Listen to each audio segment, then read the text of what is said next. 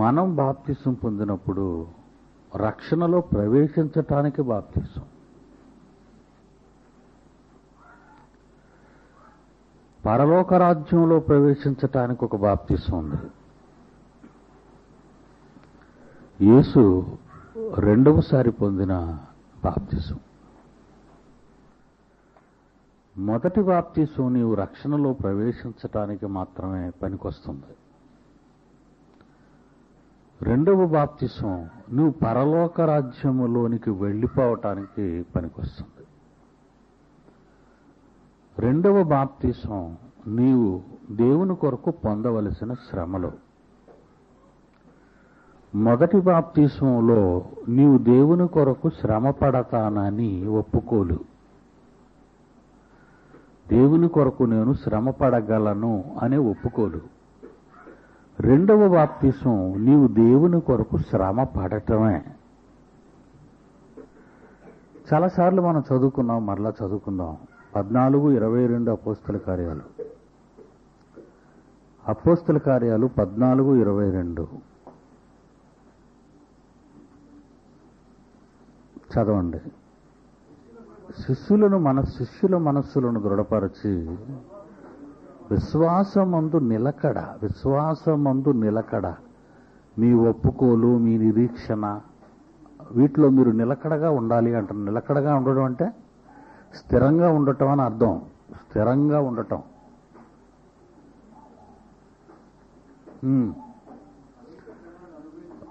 అనేక శ్రమలు అనుభవించి, ఇది బాప్తిసం,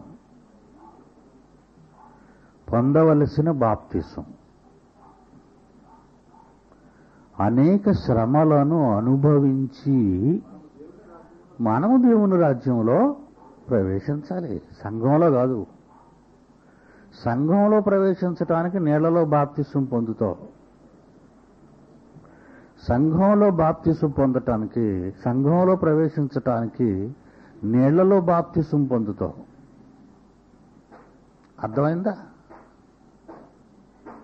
పరలోక రాజ్యంలో ప్రవేశించటానికి శ్రమలు అనుభవించాలి. మనం అనేక శ్రమలు అనుభవించి, ఏమనుంది? అనేక శ్రమలు అనుభవించి దేవుని రాజ్యములో ప్రవేశింపవలెను అని ఉందండి బైబిల్లో. అంటే మీరు ఒక విషయం ఆలోచించండి. శ్రమలు అనుభవించకపోతే పరలోక రాజ్యంలో ప్రవేశించరా? అనేక శ్రమలు అనుభవించకపోతే పరలోక రాజ్యంలో ప్రవేశించరా? అనేక శ్రమలు అనుభవించాలి అని ఉంది బైబిలు. అనేక శ్రమలు అనుభవించి, ప్రభువా మేము కొంచెమే అనుభవించాము అంటే ఎలా కుదురుతుందండి? ఒక విషయం మీకు తెలుసు,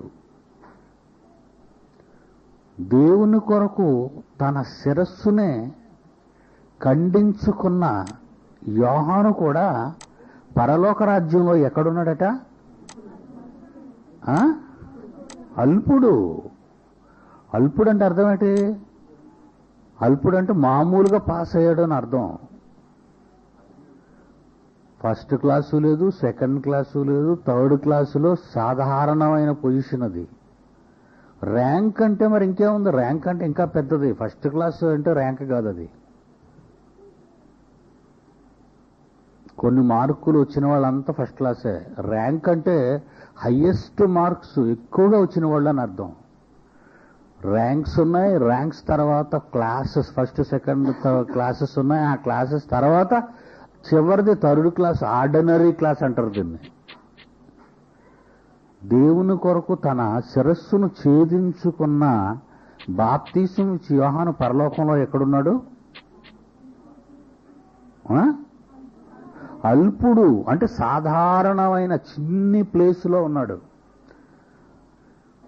ఒకసారి మనం శ్రమ దేవుని కొరకు అనుభవించేసి ఇంకా అనుభవించేశాను శ్రమలు అనుకుంటే అది చాలా కష్టం. అనేక శ్రమలు అనుభవించి నేను దేవుని సేవకు వస్తాను కానండి, కూర్చొని తింటాను అన్నారు అనుకోండి. నేను సేవకు వస్తాను కానండి, చీపురు తప్ప రెండోది పట్టుకోలేనండి. నేను సేవకు వస్తాను కానండి, బియ్యంలో రాళ్ళు ఎరుతాను కూర్చొని. ఇదే సేవ. ఒళ్ళు వంచు బాగా. అర్థమైందా? సేవకు వస్తాను, నీళ్లు పడతాను, సేవకు వస్తాను, కాయగూరలకు వస్తాను, సేవకు వస్తాను అంటే ఇవన్నీ చిన్ని చిన్ని ఎన్నుకుంటున్నావు. ఎందుకు? అక్కడ కూడా సుఖపడదామనే దొంగ మనస్సునిది. ఎస్కేపింగ్ మైండ్ అంటారు. కష్టమైన పని నాకు ఇవ్వండి, నేను చేస్తాను అనాలి. దేవునిలో కష్టమైన పని ఏమైనా ఉందో అది నాకు ఇవ్వండి, నేను చేస్తాను. యేసుప్రభు వారు ఇందాక చదివాడు చూసారా లోకాసు వార్తలో? ఏంటన్నాడండి? నేను పొందవలసిన బాప్తిస్మము ఉంది,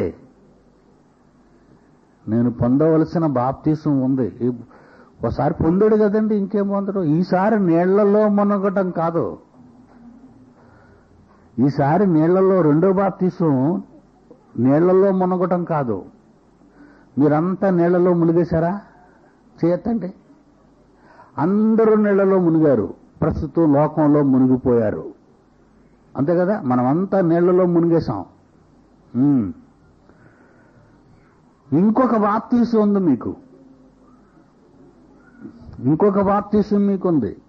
అదే బాప్తిసం శ్రమలలో మునిగిపోయేది. బాప్తిసం అంటే ఇమ్మర్స్. ఇమ్మర్స్ అంటే మునగటం, సమాధి చేయబడటం.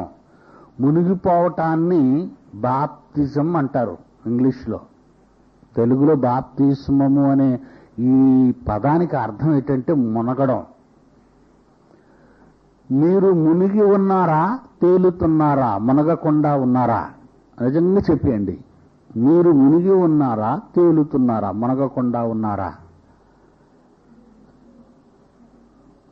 మీరందరూ మునిగిపోయినట్టుగా లేరు. ఎందుకంటే మునిగిపోయిన వారు ఎలా ఉంటారు? ఆయాసంతో తడిచిపోయి, ఊపిరాడక, కంగారుగా, చలిగా. మునిగిపోతే ఎలాగుంటారండి? మునిగిపోతే ఎలాగుంటారు? అలసిపోయి ఉండాలి. అలసిపోయినట్టుగా ఉన్నారా? ప్రశాంతంగా ఉన్నామా మనమంతా? అది కనుక మునగటం అంటే ఇందాక జాన్సన్ చెప్పాడు చూసారండి, లోకంలో అనేక బాప్తీసాలు ఉన్నాయి. లోకంలో అనేక బాప్తీసాలు. భార్య బాధలలో మునిగిపోయిన వారు ఉన్నారు, భర్తల బాధలలో మునిగిపోయిన వారు ఉన్నారు, పిల్లల బాధలలో మునిగిపోయిన వారు ఉన్నారు. ఎన్ని బాప్టిజమ్సే. అర్థమైందా? అప్పులలో బాధపడిన వాళ్ళు మునిగిపోయిన వారు ఉన్నారు, బంధువులు వలన మునిగిపోయిన వారు ఉన్నారు, వారికి వారుగా మత్తులో మునిగిపోయిన వారు ఉన్నారు. ఏమండి? ఇలా మునిగిపోయిన వారు ఉన్నారు. లోకంలో మునిగిపోయిన వాళ్ళే అందరూ. డబ్బు ఎక్కువై మునిగిపోయిన వాడున్నాడు, డబ్బు లేక మునిగిపోయిన వాడున్నాడు, సుఖాలలో మునిగిపోయిన వాడున్నాడు, కష్టాలలో మునిగిపోయిన వాడున్నాడు, అతి విద్య వల్ల మునిగిపోయిన వాడున్నాడు, విద్య లేక మునిగిపోయిన వాడు ఉన్నాడు. మొత్తానికి మునిగిపోయారు. వీళ్ళకు తేలే పరిస్థితి లేదు. వీళ్ళకి తేలటం అనేది ఇంకా నీటిలో పడిపోయిన తరువాతట 3 సార్లు పైకి వస్తాడట. ఎవరైనా నీటిలో పడిపోతే అంటారు, మరి ఏంటి ఎంతవరకు నిజం నాకు తెలీదు, మునిగిపోయిన వాడు ముందు పడిపోతాడు ఈతరానివాడు. ఫస్ట్ టైం పైకి వస్తాడనమాట. ఈ వచ్చేటప్పుడు ఏమైనా దొరికిందా వాడి చేతికి పట్టుకుంటాడు, ఎవరైనా వచ్చారా రక్షిస్తారు. కేకేయడానికి ఛాన్స్ ఉంది. ఓ అంటాడు బయటికి రాగానే. ఆ నీటిలో ఓ అంటే నీళ్ళు వెళ్ళిపోతుంది లోపలికి, శబ్దం రాదు, వెళ్ళిపోతాడు లోపలికి. మళ్ళా రెండోసారి పైకి వస్తాడు, ఎవరూ లేరు. మళ్ళా 3ఓసారి వెళ్తాడు, ఇక రాడు. అంటే వాడు ఇమ్మర్స్ అయిపోయాడని అర్థం, మునిగిపోయాడు అని అర్థం. మీలో ఎవరైనాను మునిగి తేలుతున్నారా? ఆలోచించండి. మునిగి తేలుతున్నారా? కొంతమందితో చెప్తాను, నువ్వు జాగ్రత్తగా ఉండు అని. కొంతమందిని ఉద్దేశం చెప్తున్నాను, ఇదిగో నువ్వు ఈ విషయంలో సరిగ్గా లేవు, కరప్టెడ్గా ఉన్నావు అంటాను.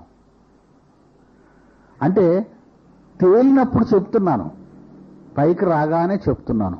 వెనకకుండా నువ్వు మళ్ళా లోపలికి వెళ్ళిపోయావు అనుకో, మరి రావు.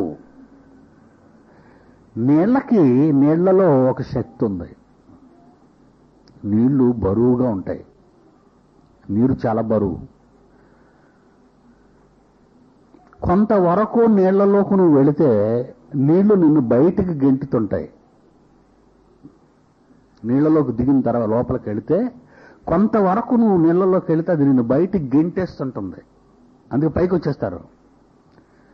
గెంటే పరిస్థితిని నువ్వు దాటావనుకో, నీళ్లు గెంటుతుంది. ఆ పరిస్థితులు దాటుకొచ్చి కిందకు దిగావనుకో, నీళ్లు నిన్ను కిందకు తొక్కుతుంటది. బరువు కదా, నీరు బరువు. ఏదైనా అంతే. అంతరిక్షంలో కూడా భూమిని దాటిన తరువాత భూమి లాగేస్తుంటది నిన్ను. గ్రావిటీ అన్నారు దాన్ని. ఆ ఆకర్షణ దాటిపోయావనుకో, ఇక అక్కడి నుంచి నిన్ను తోసేస్తుంది, లోనకు రానివ్వదు.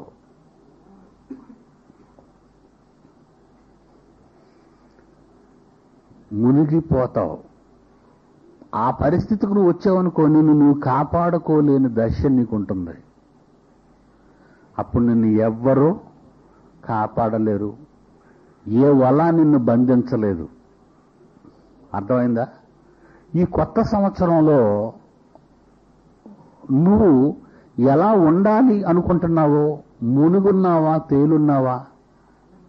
రెండవ బాప్తిసం, యేసు పొందిన బాప్తిసం రెండోది నువ్వు పొందుతున్నావా? ఎవడైనా నన్ను వెంబడించుకోని ఎట్లతడు ప్రతిదినము తన సిలువనెత్తుకొని నన్ను వెంబడించాలి. చాలా కష్టమైనటువంటిది అది. మరి ఈ సందర్భంగా నేను ఒక మంచి విషయాన్ని మీకు గుర్తు చేయాలి అనుకుంటున్నాను. ప్రకృతి మనం అనుభవిస్తున్నాం. సూర్యుడు, చంద్రుడు, నక్షత్రాలు, చెట్లు, చేపలు, పిట్టలు, అన్ని మృగాలు, దీనిని అంతటినీ ప్రకృతి అన్నారు. అనగా పంచభూతాలు అని అర్థం.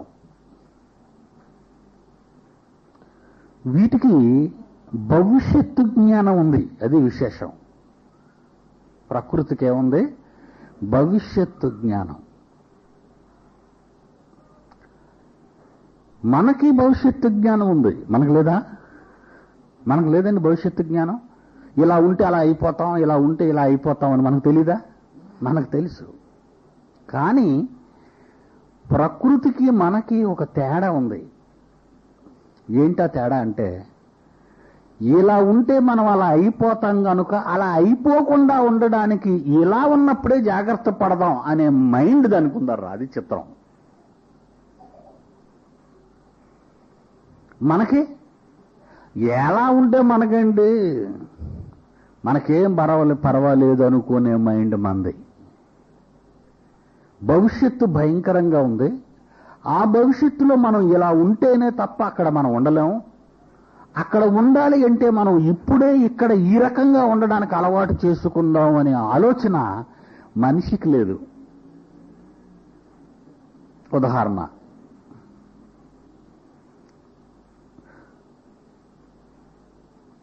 అన్నిటికంటే చిన్ను అయినటువంటి మన కళ్ళకు కనిపించే కొన్ని ప్రాణులు ఉన్నాయి, జీవాలు ఉన్నాయి, చీమలు, మీకు తెలుసు. అవి ఆహారాన్ని సంపాదించుకోవటం మొదలు పెడతాయి. ఇప్పుడు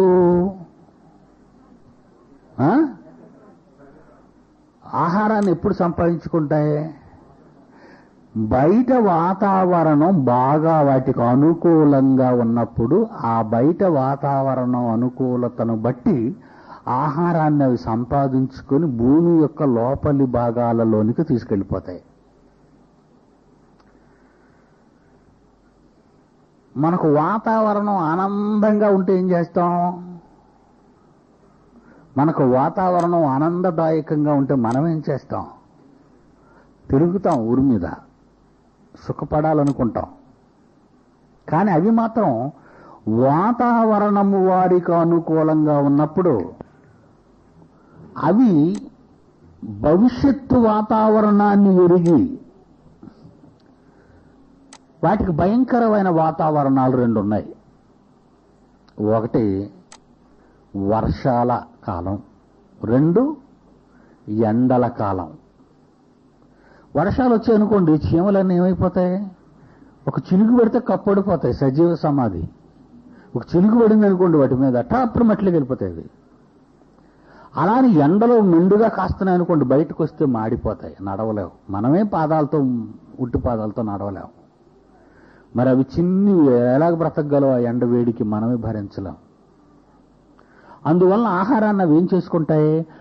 భవిష్యత్తు వచ్చే కాలాలు మాకు అనుకూలంగా ఉండవు, రాబోయే కాలం మాకు అనుకూలంగా ఉండదని ఆ 2 కాలాల్లో మరి వాటికి ఆహారం, మరి పస్తులుంటాయి అవి.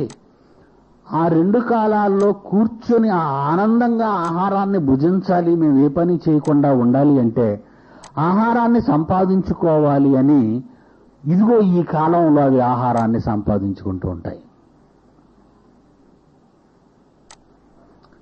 చీమలు తెలివిగలవా? ఆలోచించండి. చీమలు తెలివైనవేనా? మరి దీన్ని బట్టి ఆలోచిస్తే చీమలు తెలివైనవి, కష్టజీవులు అని చెప్పచ్చు. దేవుడు ఈ దృష్టాంతాన్ని, ఈ విషయాన్ని చెబుతూ మనల్ని ఏమని సంబోధించాడో తెలుసా? మహామేధావి చీమల యొద్దకు వెళ్ళుము అన్నాడా? ఏమన్నాడు? ఊరే సోమరి అన్నాడు. దేవుని స్వరూపమందు పుట్టిన వాణిని దేవుడు ఏమంటున్నాడు? నన్ను మాత్రం అందరి మధ్యన అలాగ అనటం బాగులేదు అని నన్ను అంటుంటారు చాలా మంది. అందులో నా వైఫ్ ఒకరితే. నేనేమని అన్నాను అనుకోండి, అందరి మధ్య, మీరు అందరి మధ్య నన్ను అనేస్తున్నారండి. నీకేమైనా స్పెషల్ ర్యాంక్ ఏమైనా ఉందా అని నన్ను అనకూడదని అంటాను నేను. షటాప్. నన్ను అందరి మధ్య అన్నారు అనేది కాదు ఇక్కడ. అలాని కానీ మనం అనుకుంటే దేవుడు ప్రకృతిలో మనకు సకల పరిచర్యలు అందించవలసిన ప్రకృతిని చూసి మనల్ని ఏమంటున్నాడంటే సోమరి అన్నాడు. ఎక్కడికి వెళ్ళమన్నాడు? సోమరి పోతుని చీమల యొద్దకు వెళ్ళుము అన్నాడు. ఏంటి నేనా? చీమ దగ్గరకా? నలిపిస్తే నలిగిపోతా నేనా అన్నాడా? అలాగా అనకూడదు. ఎందుకంటే వాటిని చూస్తే నీకు కొంత జ్ఞానం వస్తుంది. నువ్వు వాటి దగ్గర నేర్చుకోవాల్సిన జ్ఞానం ఏంటో తెలుసా? రాబోయే కాలం ఎలా ఉంటుందో ముందుగా ఎరిగినవై. వాటి మెదడంతా, వాటి ఆలోచనంతా. అసలు ఆ తలకాయే చిన్నది. ఆ తలకాయలో అంత పెద్ద మెదడు ఎక్కడ ఉంది? మనకు చూస్తే 3 కేజీలు బరువు అయిన మెదడు ఉంది అండి. ఎంతో కొంత మనకు మెదడు ఉంది కదండి, ఇంత ముద్ద. ఇంత మెదడులో ఎంత జ్ఞానం ఉండాలి మనకి. పైగా మనం ఎవరి స్వరూపం అట? చీమను చూస్తే దాని తలకాయ చిన్నది, దాని మెదడెంత, ఆ మెదడులోని ఆలోచనలెంత, ఆ మెదడుకున్న ఆలోచన ఎంత. ఏంటి రాబోయే కాలం? అసలు నీ నేత్రాలతో ఒక కొండ మీదకు వెళ్ళావంటే విశాఖపట్నం అంతా చూడగలవు. నువ్వు ఇంటి దగ్గర కూర్చుని ఆకాశంలోకి చూస్తే కొన్ని కోట్ల కిలోమీటర్లలో ఉన్న కోటాను కోట్ల నక్షత్రాలు కనబడుతూ ఉంటాయి. నీ చూపెంత గొప్పది, నీ వినికిడంత గొప్పది, నీ ఆలోచన ఎంత గొప్పది. అసలు చీముంది దానికి అసలు ఏం కనిపిస్తుంది, ఏం ఊహించగలుగుతుంది? సోమరి, నీకు భవిష్యత్తు జ్ఞానం లేదు అంటున్నాడు. అందుకే చీమల యొద్దకు వెళ్ళుము అన్నాడు. వాటి పరిస్థితులు నువ్వు రీసెర్చ్ చేయి. మనకు వింటర్ అంటే చలికాలం. ఈ కాలంలో ఈ ప్రపంచంలో కొన్ని వేల మైళ్ళ దూరంలో ఉన్న రష్యా, అమెరికా, ఆస్ట్రేలియా, ఇలా ఎన్నో వేల మైళ్ళ దూరంలో ఉన్నటువంటి పక్షులు ఆ దేశానికి చెందినవి మన దేశానికి వస్తాయి. ఎందుకో తెలుసా? ఆ దేశంలో నీళ్లు గడ్డగట్టుకుపోతాయి. చలికాలంలో అక్కడ నీళ్లు ఏమైపోతాయి? మంచు అయిపోద్ది. సముద్రాలు కూడా ఐస్ అయిపోద్ది. పైని వాడలై వెళ్ళడానికి వీల్లేదు. యూరోప్లో అనేక దేశాలు గ్రీన్లాండ్, ఉత్తర అమెరికా, అలస్కా. ప్రపంచంలో కొన్ని దేశాలలో నీరు, సముద్రాలు కూడా మంచు గడ్డ కట్టేస్తుంది మహాపర్వతాల్లాగా. ఇక వాడలేం వెళితే పిట్టలేం తింటాయి ఇంకా చేపల్ని. ఏం బ్రతకగలవు అక్కడ అవి? వాటికి ఆహారం ఎలా దొరుకుతుంది? నీళ్లు గడ్డ కట్టేస్తే ఆ మంచు గడ్డల కిందని ఎక్కడో లోతుల్లో చేపలు ఉంటాయి, అవి ఎలా తినగలవు అవి? అందువలన అవి ఏం చేస్తాయంటే, మనం వలసపోదాం, నీళ్లు గడ్డ కట్టని ప్రదేశాలు, పట్టణాలు, దేశాలు ఎక్కడున్నాయో అని కొన్ని వేల మైళ్ళు అలసిపోకుండా రెక్కలతో ఎగిరి ఎగిరి కొన్ని నెలలు ప్రయాణం చేస్తాయట అవి. కొల్లేరు సరస్సు, ఆంధ్రాలో కొల్లేరు సరస్సు, ఒరిస్సాలో చిలక సరస్సు, వాటి చరిత్ర మీరు చదివితే అక్కడికి వస్తాయి ఈ పక్షులు. ప్రపంచాల నుంచి, ఎక్కడెక్కడో ప్రపంచ దేశాల నుంచి. మంచు తుఫానులు, మంచు నీళ్లు గడ్డ కట్టుకుపోయే పరిస్థితులు ఇప్పుడు ఉన్న వాటి పరిస్థితి వారి పట్టణాలకి ఉన్న దేశాలలోకి సంభవిస్తాయని అవి ముందుగా ఎరిగి కాలాన్ని, ఇవన్నీ బైబిల్లో ఉన్నాయి చూడండి. నేను రెఫరెన్స్లు చెప్పడం లేదంటే ఇవన్నీ బైబిల్లో రెఫరెన్సెస్తో సహా ఉన్నాయి. అన్ని ప్రయాణం చేసి వలసొస్తుంటాయి మన దేశానికి. ఇక్కడ నీళ్ళు ఎక్కడైనా గడ్డ కడతాయేటి? చల్లబడతాయి కానీ మంచు అయిపోదు ఎక్కడ. ఎక్కడొచ్చి చేపలు తిని మంచు కాలం అంతా, చలికాలం అంతా పోయిన తర్వాత ఫిబ్రవరి తర్వాత అవి ఎగరడం మళ్ళా ప్రారంభిస్తాయి, వెళ్ళిపోతాయి వారి దేశాలకి. అంటే దీన్ని బట్టి ప్రకృతికి ఏముందనుకుంటున్నారు మీరు? ప్రకృతి పంచభూతాలకు ఏముంది? పంచభూతాలకు ఏముంది? భవిష్యత్తు జ్ఞానం ఉంది. ప్రకృతికి ఏముంది? భవిష్యత్తు జ్ఞానం ఉంది. ప్రకృతి గొప్పదా, మీరు గొప్పోళ్ళ?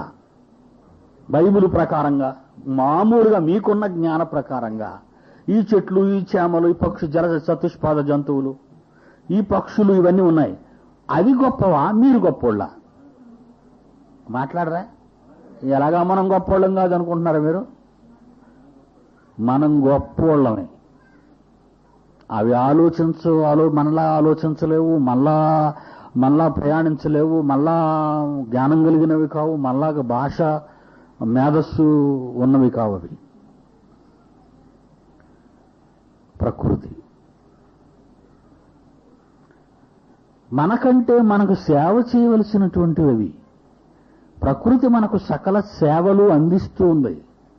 ఒక చెట్టు పండినా, ఒక మొక్క పూసినా, ఒక నేల పండినా, సూర్యుడు చంద్రుడు ప్రకాశించినా, నక్షత్రాలు ప్రకాశిస్తున్నా ఎవరి కోసం? వాటి కోసం మాత్రం కావు, మన కోసం. అది వాస్తవం.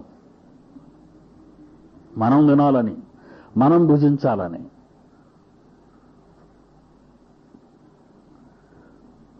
ప్రకృతి పంచభూతాలు భవిష్యత్తు ఎలా ఉంటుందో తెలుసుకుంటున్నాయి. అలా తెలుసుకోవటంలోనే కాకుండా, అలా తెలుసుకొని ఉండిపోవటంలోనే కాకుండా, ఆ భవిష్యత్తులో తమ మనుగడ ఎలా సాగించాలి అనేది కూడా వాటికి ఆలోచన ఉంది. ఎరా విక్టర్, వింటున్నావురా నువ్వు? వినాలి. భవిష్యత్తు, రాబోయే కాలంలో, ముందు కాలంలో, ఆ కాలంలో మేము ఎలా బ్రతకాలి అనేది ఇప్పుడున్న కాలంలో వాళ్ళ ఆలోచన కలిగి ఉన్నారు. వండర్ కదండి ఇది. అవి ఆలోచన కలిగి ఉన్నాయంటే వండరు. రాబోయే భవిష్యత్తు ఇంత క్లిష్టంగా, మాకు అనుకూలంగా ఉండదు, మేము బ్రతకలేము అందులో బ్రతకటానికి మేము ఏం చేయాలి అని ఇప్పుడున్న కాలంలో అవి ఆలోచిస్తూ వాటి భవిష్యత్తులో వాటికి సంభవించే ప్రమాదాల నుండి అవి తప్పించుకుంటున్నాయి. ఎంత జ్ఞానం ఉంది వాటికి! బ్రతుకు తెరువు కోసం వాటికి ఆ జ్ఞానం ఉంది. బ్రతుకు తెరువు కోసం మనకి ఉంది జ్ఞానం లేదా? బ్రతుకు తెరువు కోసం మనకు లేదండి జ్ఞానం? మనకే ఉంది. ఆ జ్ఞానం ఎంతవరకు మనకుందంటే చచ్చేటంత వరకే ఉంది. బ్రతక నేర్చిన వాడు అన్నారు మనిషిని. మనిషిని ఏమంటున్నారు? బ్రతక నేర్చినవాడు. అంటే వీడు మంచోడా చెడ్డోడా? బ్రతక నేర్చినవాడు వీడు అని ఎవరినైనా మనం అన్నప్పుడు వాడు మంచోడనా మంచోడు కాదనా? మంచివాడు కాదు, మంచోడని కాదు, మంచివాడు కాదు. బ్రతక నేర్చినవాడంటే ఆడెలా బ్రతకాలో ఆలోచించాడు మిగతా వాళ్ళందరినీ మంచటానికి. కనుక బ్రతక నేర్చినవాడు. ఈ బ్రతక నేర్చినవాడు చచ్చిపోయినంత వరకు వాడి బ్రతుకు గురించి ఆలోచించేవాడు. అక్కడ వరకే వీడి జ్ఞానం, అక్కడ వరకే వీడికి భవిష్యత్తు తెలుసు. ఆ తర్వాత భవిష్యత్తుడికి ఏమైనా తెలుసా? ఏమన్నాడు? చచ్చిపోతాం అంటున్నాడు. పోని లోకంలో ఉన్న వాళ్ళకి జ్ఞానం లేదు, వదిలేయండి. పోనీ మనం క్రైస్తవులు భవిష్యత్తు మనకేదో తెలుసు అని మనం అనుకుంటున్నాం. భవిష్యత్తు గురించి మనం ఏమైనా ఆలోచించగలుగుతున్నామా? ఒక మాట భవిష్యత్తు గురించి వ్రాయబడింది. హెబ్రీ పత్రిక 11వ అధ్యాయం 15వ వచనము నుండి, వారు ఏ దేశము నుండి వచ్చిరో ఆ దేశమును జ్ఞాపకమందుంచుకున్న ఎడల మరలా వెళ్ళుటకు వారికి వీలు కలిగియుండును అన్నాడు.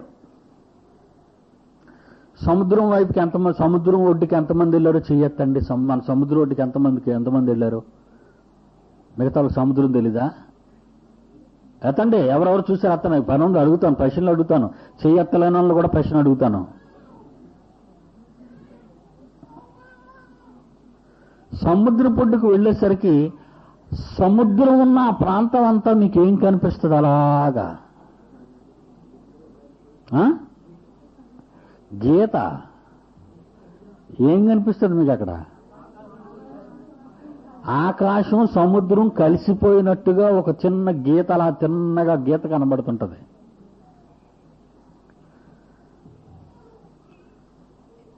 మీరున్న దగ్గర మాత్రం ఊరు కనబడుతుంది. అమ్మాయి ఊరు ఉందని. మనం నిలబడిన దగ్గర మాత్రం ఊరు ఉందని కనబడుతుంది. ఆ కనబడుతున్న గీత దాటి కొంచెం లోపలికి మీరు వెళ్ళారనుకోండి బోటు మీద, అక్కడ నుంచి మీరున్న ఊరు చూడండి, ఏం కనబడుతుంది? మరలా అదే గీత కనబడుతుంది. అంతేనా? సముద్రంలో కొంత దూరం మీరు వెళ్ళిపోయేసరికి 4-5 కిలోమీటర్లు లేదా 10 కిలోమీటర్లు మీరు లోపలికి వెళ్ళిపోతే అప్పుడు మీకు ఎంత అందంగా ఉంటుందో తెలుసా? చుట్టూ గీత రౌండ్గా, చుట్టూ గుండ్రని గీత కనబడుతుంటది, ఆకాశం బొర్లించేసినట్టుగా. అక్కడ మిమ్మల్ని గిరగిర తిప్పేసి ఒకసారి, మీకు అర్థమైంది, చిన్నపిల్లలు తిరుగుతుంటారు, గిరగిర తిప్పేసి తాబ్బుని పడదోసేసి, ఇప్పుడు మీరు ఈ ఊరు ఎటు ఉందో చెప్పమని అడగండి. ఎటు చెప్తే ఎటు వెళ్ళిపోతాడో తెలియదు, ఊరు తెలీదు, ఊరు ఎటు ఉందో తెలీదు. మీకు అర్థమైందా? చూసారా మీ జ్ఞానం ఎంత గొప్పదో, మన జ్ఞానం ఎంత గొప్పదో. ఇక్కడ ఒక విషయాన్ని గమనించండి. కొన్ని వేల మైళ్ళ దూరం నుంచి చూస్తున్న పక్షులకి కూడా అలాగే కనబడుతుంది. కొన్ని వేల మైళ్ళ దూరంలో నుంచి వచ్చిన పక్షులకి చుట్టూ ఆగేపై కనబడుతుంటది.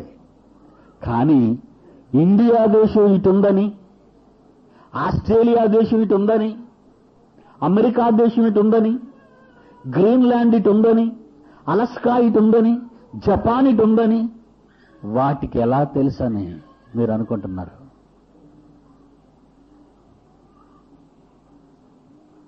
ఆలోచించారా మీరు? వాటికి ఎలా తెలుసు? ఎలా తెలుసు అంటే జ్ఞాపకం అందించుకున్నవి. అవేం చేశాయి? ఆ రూట్ని జ్ఞాపకం అందించుకున్నవి. చదవండి ఆ మాట, ఇప్పుడు చదవండి. ఇప్పుడు ఆ మాట మీరు మిమ్మల్ని గిరగిరా తిప్పి అక్కడ పడదోసినా మీకు జ్ఞాపకం ఉంటే మీ ఊరెటుందో చెప్పగలరు మీరు.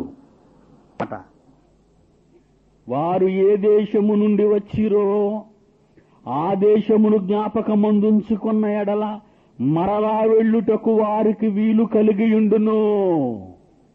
నువ్వు మరలా వెళ్ళాలి, వచ్చావు గనుక వెళ్ళాలి, వచ్చావు గనుక వెళ్ళాలి, వచ్చావు గనుక వెళ్ళాలి. నీవు వచ్చిన సంగతి అసలు నీకు తెలుసా? అమ్మ కడుపులో నుంచి వచ్చాను అనుకుంటున్నా అమాయకుడివి. అమ్మ కడుపు నీకు ద్వారం. ఈ లోకానికి నిన్ను పడేయడానికి, లోకంలో పడేయడానికి అమ్మ కడుపు నీకు ద్వారం అయింది అంతే. అది ద్వారం, అది డోర్. అది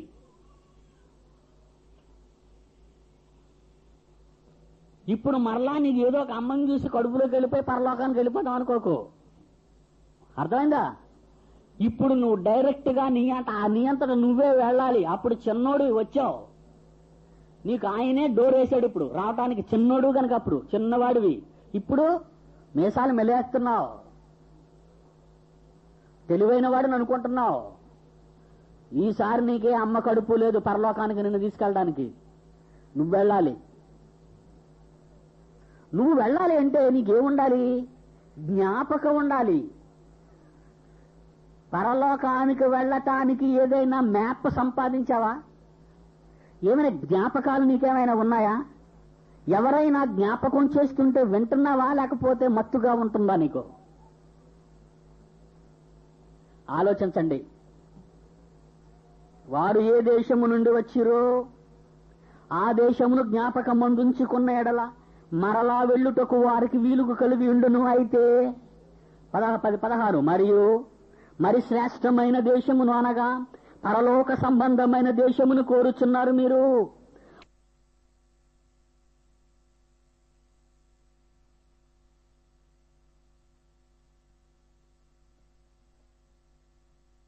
అందుచేత తాను దేవుడనని వారి దేవుడిని అనిపించుకుంటకు దేవుడు వారిని గుర్చి సిగ్గుపడడు.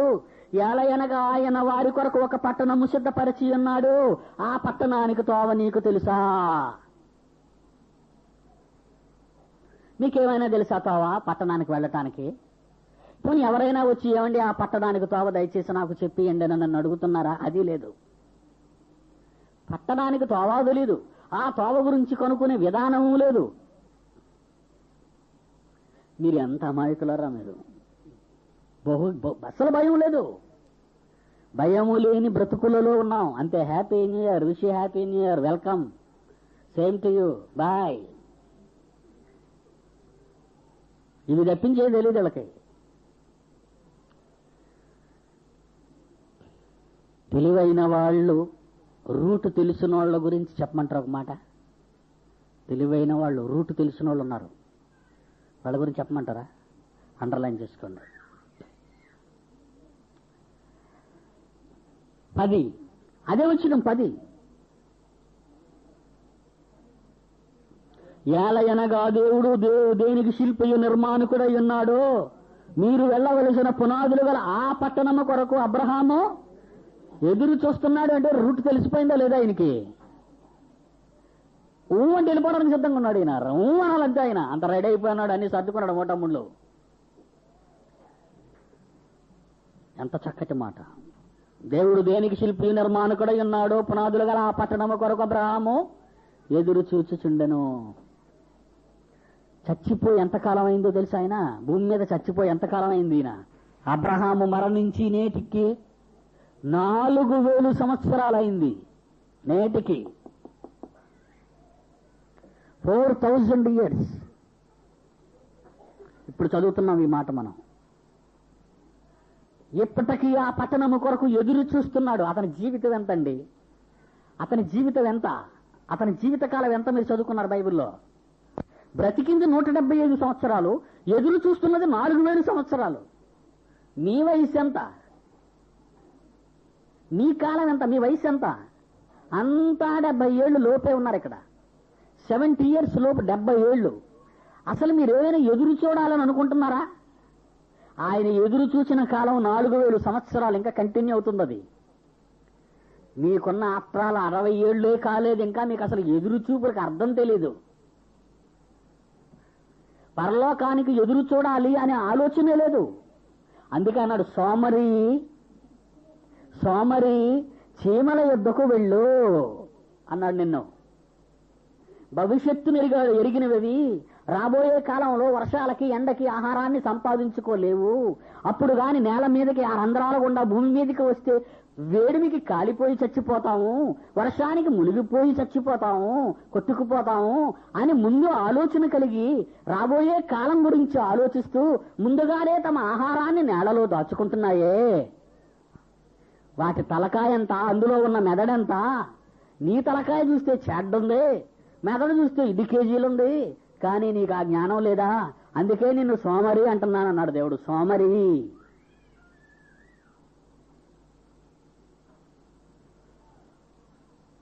4000 సంవత్సరాలుగా అబ్రహాం ఎదురు చూస్తున్నాడు ఆ మహాలోకం కోసం. ఎప్పుడు వస్తాడా యేసు, ఎప్పుడు వెళ్ళిపోతానా అని ఆలోచన. నీకు జ్ఞాపకం ఉందా ఆ పట్టణం, ఆ లోకం నీకు జ్ఞాపకం ఉందా? ఏ దేశము నుండి వచ్చితువో తిరిగి ఆ దేశానికి వెళ్ళటానికి వీలు కలిగి ఉంటుంది. నువ్వు ఇప్పుడు జ్ఞాపకం చేసుకుంటే ఇప్పుడు నీకు జ్ఞాపకాలలో ఉండాలి. అది ఉందా నీకు జ్ఞాపకాలలో? అది నీ జ్ఞాపకాలలో ఆ లోకం ఉందా?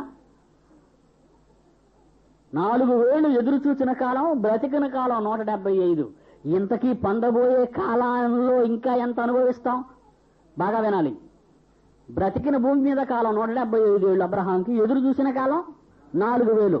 ఈ రెండుంటి కంటే ఎక్కువైతేనే గాని ఎదురు చూడడం వల్ల ఉపయోగం ఏముంది? తీరా ఎదురు చూసిన తర్వాత అక్కడ 100 ఏళ్ళు ఇచ్చే పోతావు నువ్వు అంటే దానివల్ల ఉపయోగం ఏముందండి?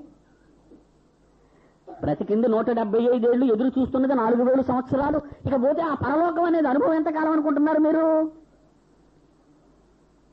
యుగ యుగాలు, యుగ యుగాలు, యుగ యుగాలు, యుగ యుగాలు, అంతము లేని లోకము కనుకనే 4000 ఒక లెక్క, 175 సంవత్సరాలు ఒక లెక్క. మనం అనుభవించే ఆ మహాలోకం ఆయుష్ ఎంత? దాని కాల పరిమితి ఎంత? అసలు పరిమితులు లేవు దానికి. యుగ యుగాలు, యుగ యుగాలు, యుగ యుగాలు నాశనము లేని ఆ లోకాన్ని అనుభవించటానికి అబ్రహాం 175 ఏళ్ల తన జీవితాన్ని లెక్క చేయలేదు. 4000 సంవత్సరాలుగా ఎదురు చూస్తున్న నిరీక్షణను ఆయన లెక్క చేయలేదు. ఇంకా ఎదురు చూస్తూనే ఉన్నాడు. మరి నీ వయసు ఎంత? 20, 30, 40, 50, 60, 70 ఏళ్ళు చిన్ని కాలాన్ని కలిగిన మీరు ఆ లోకం కోసం ఎదురు చూస్తున్నారా? ఇది పోతుందని, నాశనం అయిపోతుందని, ఏ క్షణాన్నైనా మీరు మాడిపోతారని, ఏ క్షణాన్నైనా మనం చచ్చిపోతామని, ఏ క్షణానికి ఏమవుతుందో మన బ్రతుకులో తెలియదు కనుక ఆ లోకం గురించిన చింతన, ఆవేదన, ఎదురుచూపులు అనగా నిరీక్షణ మీకేమైనా ఉందా?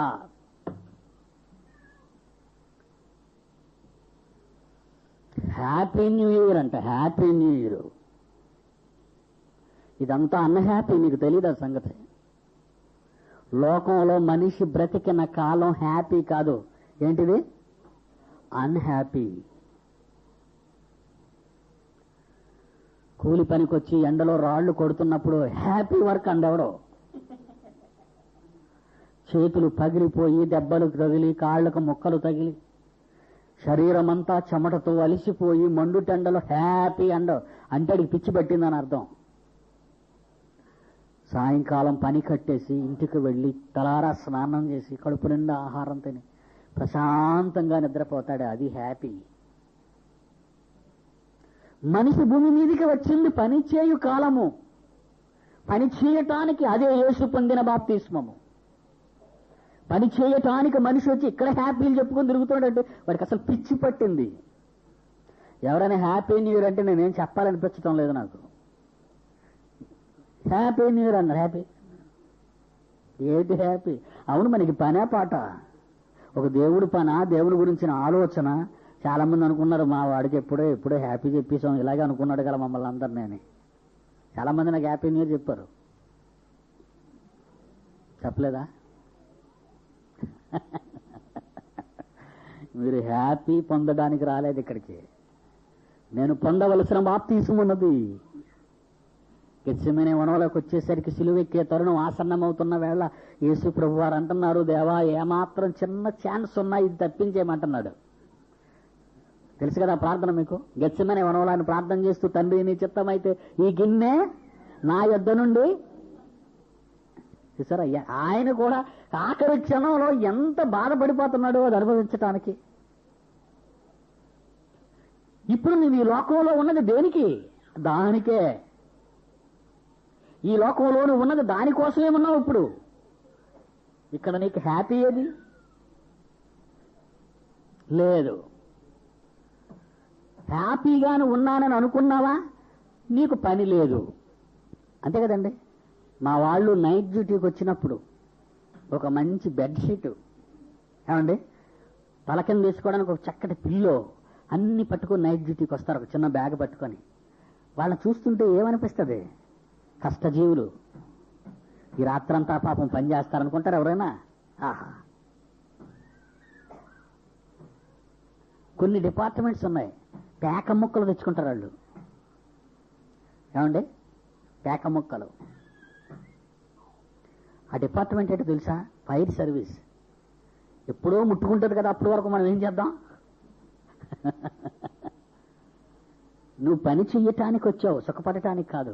ఒకవేళ నువ్వు భూమి మీద ఇంకనూ సుఖం అనుభవించాలి అనే ఆలోచనతో ఉంటే నీకు భవిష్యత్తు జ్ఞానం లేదని అర్థం. నీ వచ్చిన లోకం నీకు గుర్తు లేదు, మరలా వెళ్ళాలనే కోరిక నీకు లేదు. నీకు లేకపోయింది, వదిలేయి. ఒక సెన్సేషనల్ పాయింట్ చెప్తాను, మీకు లేదు, వదిలేయండి. మీకు ఆలోచన లేదు, వదిలేయండి. మిమ్మల్ని మోస్తుంది ఈ ప్రకృతి. మనల్ని ఇప్పుడు ఏదండి మోస్తుంది?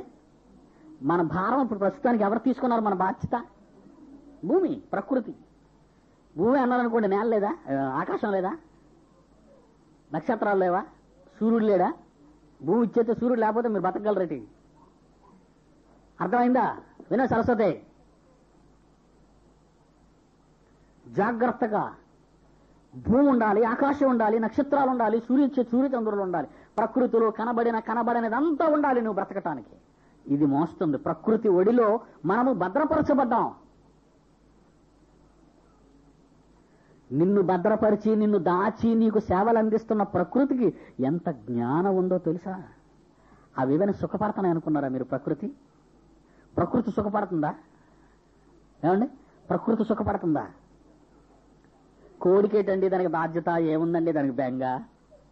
అన్నం పెడుతున్నాం, వదిలేస్తున్నాం, పగలంతా తిరుగుతుంది, రాత్రికి వస్తుంది. అన్నం పెడుతున్నాం, దాని హాయిగా గూడు పెడుతున్నాం, గూట్లో హాయిగా నిద్రపోదు.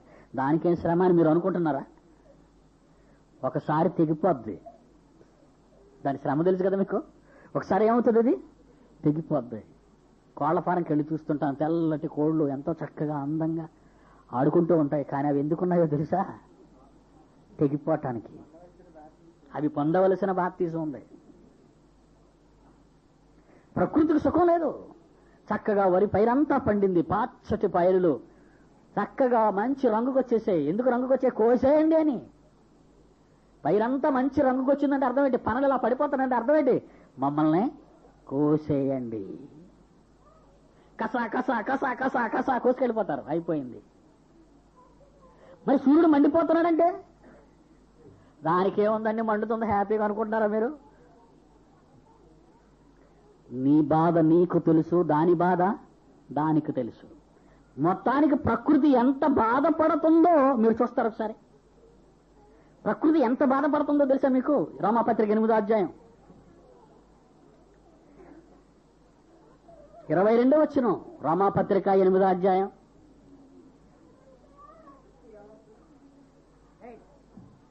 రోమాపత్రిక 8వ అధ్యాయం 22. సృష్టి యావత్తు ఇది వరకు ఏకగ్రీవముగా మూలుగుచు ప్రసవ వేదన పడుచున్నదని ఎరుగుదుమా. మీకేం తెలుసు? అలా చదువుతున్నారు. అసలు మీకే బాధలేదు, సృష్టికి ప్రసవ వేదన ఉందని మీకేం తెలుసు? అవునా కదా? నిజంగా చెప్పండి. సృష్టి మిగుల ప్రసవ వేదన పడుతున్నదని ఎరుగుదుమా. మీకేం తెలుసు? అందులో ఉందని మీరు చదువుతున్నారో తప్ప మీకు అస్సలు తెలీదు. సృష్టికి ఇంత మహావేదన ఉన్నదన్న సంగతి మీకు తెలీదు. నిజంగా మీరు బైబిల్ చదివితే ఇప్పటికే మీరు ఈ స్టాండర్డ్కి రావాలి. సృష్టి మహావేదన, ప్రసవ వేదన అనుభవించుచున్నదన్న సంగతి నీకు ఇప్పటికీ తెలియాలి. నీకే కష్టం తెలీదు, సృష్టికి కష్టం ఉందని నువ్వు అనుకుంటున్నావని ఎలా అనుకోవాలి చెప్పండి? ఏమండి, నీకే అసలు కష్టం లేదు, సృష్టికి కష్టం ఉందని నువ్వేం చెప్తావు? ఎద్దులు బండి కట్టిన తర్వాత కంచాలతో కొట్టేస్తాడండి, పట పట పటామని. ఆడికాడు హాయి కూర్చున్నాడు పైన. వెనకాతలు ఎంత బరువు ఉంది. కొన్ని ఆవుల్ని గేదెల్ని బండికి చూడండి, చక్రం వాటి వెనక భాగాన్ని రాపిడి రాసేస్తుంటది. ఆ రాసేస్తుంటే వెనక భాగంలో ఏదో పక్క తెగిపోయి ఎర్రగా అయిపోతుంటది గాయం. ఆ చక్రం తిరిగి తిరిగి తిరిగి ఆ వెనక భాగాన్ని రాసేస్తుంటది. మెడ భాగాన్ని చూడండి, ఆ కాడిని లాగి లాగి లాగి తెగిపోయి మంట పుట్టేస్తుంటది దానికి. వెనకాతల మంట, మీదన మంట, ఒళ్ళంతా బరువు, దాని మీద నీ కంచా దెబ్బలు. అది బండిలాగే ఎద్దులకు తెలుసు ఆ బాధ. నీకేం తెలుసు, మీదన దున్నపోతులా కూర్చొని కొడుతున్నావు. ప్రకృతిలో నువ్వు ఉన్నావు, అనుభవిస్తున్నావు. దీన్ని ప్రకృతిని అనుభవిస్తున్నావు అంతే, తేరగా తింటున్నావు, తిరుగుతున్నావు. కానీ అది ఎంత బాధపడుతుందని బైబిల్లో రాయబడింది. నీకు ఈ పరిచర్యలు అందించటానికి, నీకు ఈ సేవలు అందించటానికి అది ఎంత బాధపడుతుందట. ప్రసవ వేదన. ఈ ప్రసవ వేదన అనుభవిస్తూ ఏమవుతుందటది. జయగీతాలు ఏమైనా పాడుతుందా? ఏమనుంది అక్కడ? మూలుగుచ్చు. ఎప్పుడు నాకు ఈ బాధ తప్పిపోతుంది,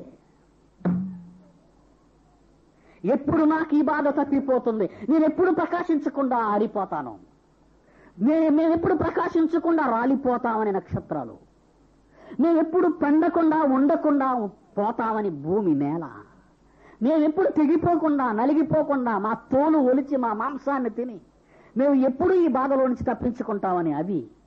నీవు అనుభవిస్తున్న ఈ ప్రకృతి పంచభూతాలన్నీ ఇది వరకు, ఈవేళ కాదు.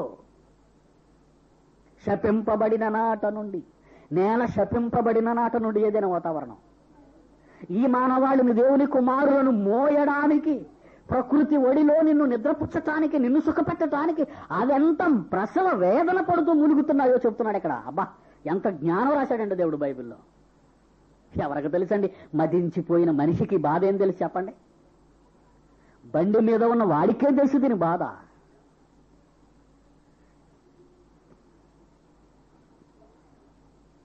ఇన్ని బాధలు అనుభవిస్తుంది కనుకే అది విముక్తిని కోరుకుంటున్నట్టు కనబడుతుంది. చూడండి అక్కడ, నాకు విముక్తి కావాలి, నాకు ఈ బాధలు తప్పిపోవాలి, నాకు ఈ ప్రసవ వేదన ఉండకూడదు, నాకు సుఖం కావాలి. 21 రోమా 8:20-21 సృష్టి నాశనమునకులోనైన దాస్యములో నుండి విడిపింపబడి, నాశనమునకులోనైన దాస్యములో నుండి విడిపింపబడి దేవుని పిల్లలు పొందబోవు మహిమ గల ఆ స్వాతంత్ర్యమును తాను పొందుతున్నాను నిరీక్షణ గలదై. నేను పొందాలి, నేను సుఖాన్ని పొందాలి, నేను స్వతంత్రాన్ని పొందాలి అని కోరుకుంటుందట సృష్టి. దీనికి భవిష్యత్తు జ్ఞానం ఉందయ్యా. ఇక్కడ సృష్టికి ఏమున్నట్టు కనబడుతుంది మనకి? భవిష్యత్తు జ్ఞానం. నేను సుఖాన్ని అనుభవించాలని కోరుకుంటుంది. అలాగ కోరుకున్న ఈ సృష్టి బాప్తిజం పొందుతుంది. చూడండి ఇక్కడ ఎలాగా, ప్రసవ వేదనతో మూలుగుచ్చు మీకు సేవ చేస్తుంది. మీకు సేవ చేసే మూలుగుతున్న ఈ ప్రకృతి రాబోయే భవిష్యత్తును సుఖం అనుభవించాలని అది కోరుకుంటుంది. అలాంటి ప్రకృతిలో జన్మించి పెరుగుతున్న నీవు ఈ జ్ఞానాన్ని కలిగి నీకేముంది భవిష్యత్తు జ్ఞానం?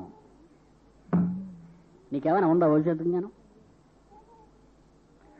ఏదో వచ్చాము, వెళుతున్నాం, ప్రార్థన చేసుకున్నాం, పాటలు పాడడం, అప్పులు బాధ, భార్య బిడ్డల బాధ, ఉద్యోగం బాధ, డబ్బు ఉన్న బాధ, డబ్బు లేక బాధ, పిల్లలున్న బాధ, పిల్లలు లేని బాధ, అన్నీ బాధలే. ఈ బాధలో నీకు భవిష్యత్తు ఎక్కడుంది? ఎక్కడైనా ఈ లోకంలో ఏ ప్రక్కనైనా సుఖపడదామనే మళ్ళా దౌర్భాగ్యపు చింతనలు, ఆలోచనలు. ఇలాంటి ఆలోచన కలిగిన ఈ మానవ జాతి భవిష్యత్తును తెలుసుకునేది ఎప్పుడు? దేవుడు ఇంత మహాజ్ఞానాన్ని వేద గ్రంథమందు రాయించాడు నువ్వు తెలుసుకోవాలని. ఈ ప్రపంచంలో ఎవరికి తెలియదు ఇది. కొంత దూరం పరిగెత్తిన తర్వాత బండిని ఒక పక్కన పెట్టాలి, ఎందుకంటే హీట్ ఎక్కిపోద్ది మొత్తం. గేర్ బాక్సెస్లోని ఆయిల్ కానీ, ఇంజిన్స్ కానీ, పిస్టన్స్ కానీ పొగలు వచ్చేస్తుంటాయి. దాన్ని ఆపాలి, కాదు కూల్ అవ్వాలంటాడు. ఇంజిన్ ఆపాలి, ప్రక్కనే కొంత దూరం ప్రయాణం చేసిన ఎలక్ట్రికల్ కానీ డీజిల్ కానీ ఇంజిన్ని మార్చేస్తుంది రైల్వే. మొన్న కాందహార్లో ఆగినటువంటి హైజాక్ చేసిన విమానం ఇండియన్ ఎయిర్లైన్స్ది ఒక 10 ట్రిప్పులు తిరిగేసరికి పనికి రాకుండా పోయింది. అన్ని రిపేర్స్ వచ్చేసాయి విమానానికి. దానికి రెస్ట్ కావాలి, విశ్రాంతి కావాలి, చెకప్ కావాలి, ఆయిల్స్ మార్చాలి. ఇన్ని 100 కోట్ల సంవత్సరాల నుంచి ప్రకృతి ఎక్కడా ఒక క్షణం స్తంభించకుండా పని చేస్తుంది అంటే అది ఏమవుతుందో ఒక్కసారి దాని వేదన మీరు ఆలోచించండి. పండకపోతే నువ్వు బతకవు, వెలక్కపోతే నీకు బతుకు లేదు, రాత్రి రాకపోయి భూమి తిరగకపోతే నీకు మనుగడ లేదు. క్షణ క్షణము క్షణ క్షణము దేవుని ఆజ్ఞలకు లోబడిన ప్రకృతి నువ్వు ఏమైపోతావు అని ఆవేదనతో తమ బ్రతుకులను పనంగా పెట్టి ఒక స్త్రీ కన్న కొద్ది క్షణాలు అనుభవించి ఆ బాధ ఇన్ని 100 కోట్ల సంవత్సరాలుగా ప్రకృతి అనుభవిస్తూ ఉంది అంటే తల్లి బాధ కంటే ఎంత గొప్ప బాధ ప్రకృతి అనుభవిస్తుందో ఆలోచించండి. నీకేమైనా బాధ ఉందా? ఇంత బాధ అనుభవిస్తుందా ఈ ప్రకృతిని చూస్తుంటే? నీకేమైనా బాధ ఉందా? దానికి భవిష్యత్తు ఉంది, అందుకే అది ఆలోచిస్తుంది. నీకు భవిష్యత్తు లేదు, నరకానికి పోతావు కనుక నీకు భవిష్యత్తుతో పని లేదు. ఎన్నిసార్లు చెప్పినా మనం మారం, ఎన్ని గొప్ప గొప్ప సంగతులు చెప్పినా మన బ్రతుకు మారదు. నీవు పొందవలసిన బాప్తీసం అదే. నీకున్న ఈ చిన్న జీవితంలో నీ తండ్రి నీకు అప్పగించిన పని నువ్వు సంపూర్ణంగా నెరవేర్చిన తరువాత నీవెదురు చూస్తున్న ఆ లోకానికి నువ్వు వెళ్ళగలవు. నువ్వు ఎరిగిన ఆ లోకానికి వెళ్ళగలవు, నీకు తెలిసిన ఆ లోకానికి వెళ్ళగలవు.